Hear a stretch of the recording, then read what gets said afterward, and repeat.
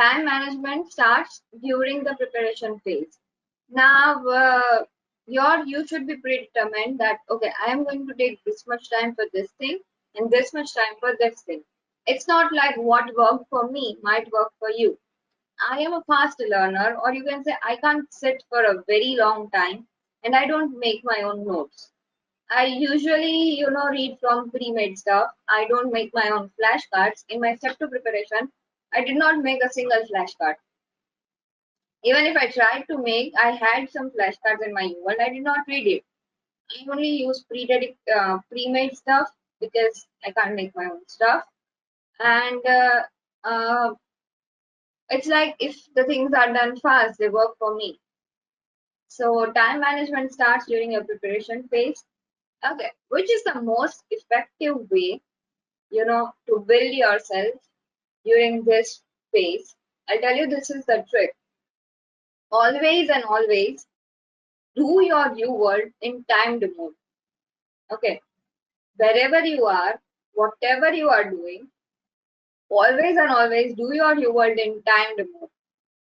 See, you can also do it timed and tutor mode, but always it should be timed. Okay. What happens is that you are always, there is a clock running and you have got this habit of fast thinking. See, I'll give you an example. I used to sit in my wards and I used to study if time permits, but I used to uh, do your world in time the mode so that the timer used to be on all the time. Okay. So I had to complete this one Q bank in 60 minutes. So I used to do it. You can even close it whenever you want. But again, if you start, there will be the same timeline going on. So if you have stopped at 30 minutes, again, it will begin with 30 minutes. And you have to do like, if you are done with 20 questions, the remaining 20 in 30 minutes only. So this is how your mind gets always trained from the very beginning to do things timely. So you can do your world system wise, you can do it random wise. I have seen people who recommended doing randomly and timed mode before dedicated period, but that did not work for me. My senior who was a scholar also told me this thing that you do it in random mode and timed mode, but I did it system wise, but it worked for me. So it usually depends on you, but never forget it has to be timed. Okay, from the very beginning of your preparation, you do your word in timed mode. Okay, what is the benefit? Your mind gets trained to solve each question in 1.5 minutes. Okay, I'll come to it why we came to this conclusion of 1.5 minutes, but that is how is the usual time for each question. So you get 1.5 minutes to train for each question. Set your timeline right. This is what I do believe, staunchly believe, that you need to get your timeline right. If your timeline is not right, if you have not given a lot of thought to your timeline, things will not work. Okay. Your year of graduation will start increasing, your time starts increasing, and if there is one delay, there will be more delays. If there is one thing that's on time, others will start falling on time. So always be, disciplined. Okay, just, kind of, you're doing it for yourself. So don't cheat yourself. Okay, be on time. That's the only thing. That's the only goal of USMLE. You need to have your timeline right.